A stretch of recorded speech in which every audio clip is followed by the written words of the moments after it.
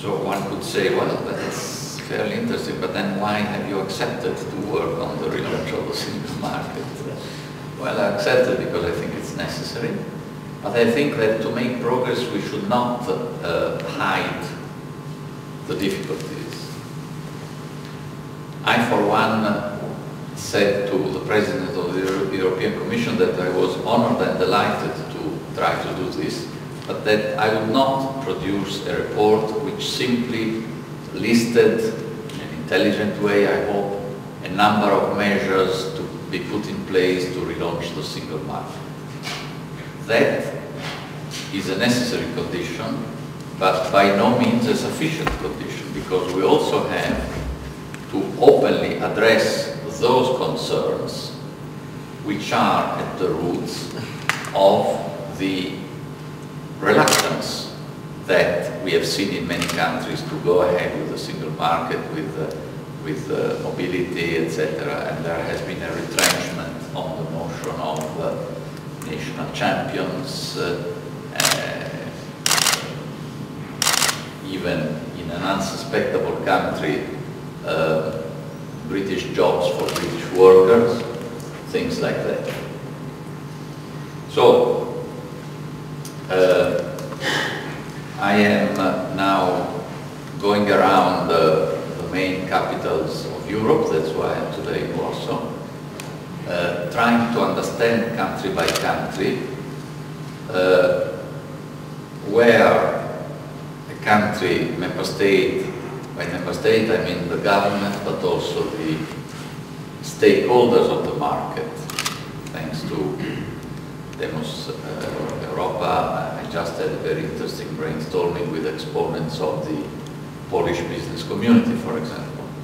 How each member state would like to see the single market proceeding, but also what are the concerns, expressed or unexpressed, that have held back, in the case of many member states, the full embracement of the single market.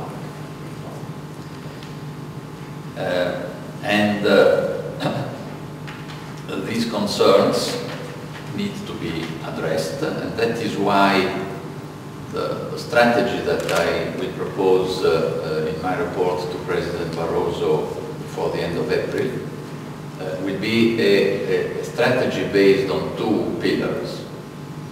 I should add that I'm doing this work not only with my limited forces, but thanks to President Barroso, with the full implication of the services of the European Commission today. I'm here with Marcel Ago, the Secretary General of the European Commission. He and all the services of the Commission are strongly supporting my efforts. I will propose a two-pillar strategy. On one hand, measures to relaunch the single market, but also on the other hand, measures to make that relaunch acceptable and therefore hopefully accepted. Some of the measures may be relatively short term, others will take more time. But I think we have to disarm the opponents by openly addressing their arguments. Not all arguments against the single market are valid, and I will not shy away from advocating the merits of the single market, of competition policy, of state aid control, also in terms not only of economic efficiency but also of equity and distribution in some cases. For example, state aid control may not be pleasant for a government which receives a prohibition to support a company, for that company and for its workers. But what would be the geography, the economic geography of a Europe where state aid control were to become non-existent or weaker?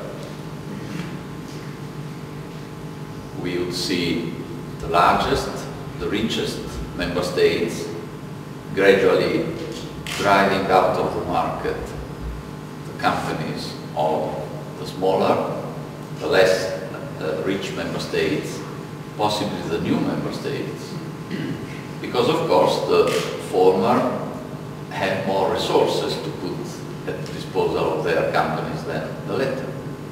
So we can see that not only economic efficiency and market allocation would be distorted, but also the fundamental civic and political principle of equal treatment would be undermined.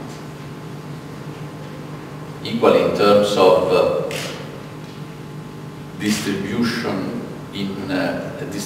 of income and wealth in a country or Europe-wide. Sometimes it is felt that competition policy does nothing for equity and for distribution and may even be perverse. Let's think for a moment again of a Europe without strong rules on competition and strongly enforced.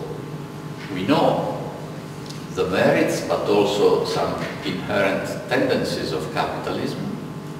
That would be a Europe of cartels, of abuses of dominant positions, of uncontrolled state aids, as I said a moment ago. That would be a Europe with higher inflation, less growth, and also from the point of distribution, a Europe where the weaker would suffer more. Consumers relative to companies, small companies relative to large companies, less advanced regions relative to more advanced regions.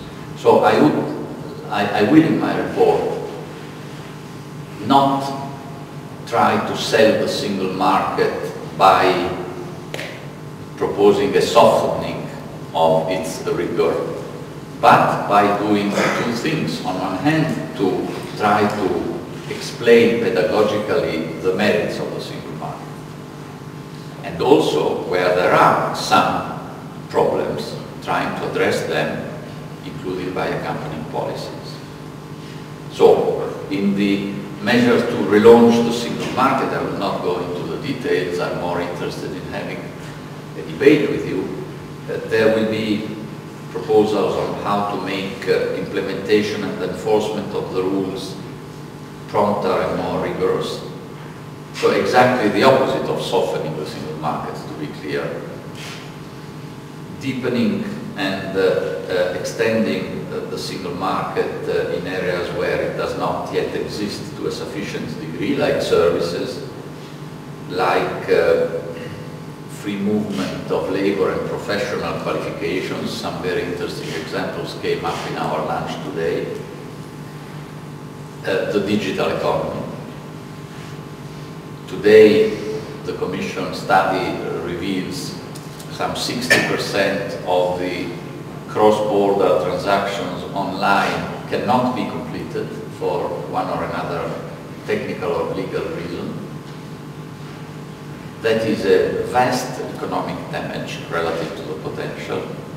And also, here speaks an old European, it is particularly the younger generations who live online and trade online. And if in 60% of the cases, if you want to buy a music file cross-border, you cannot do that. That tells to the younger generations that the single market that they believe goes there is not there.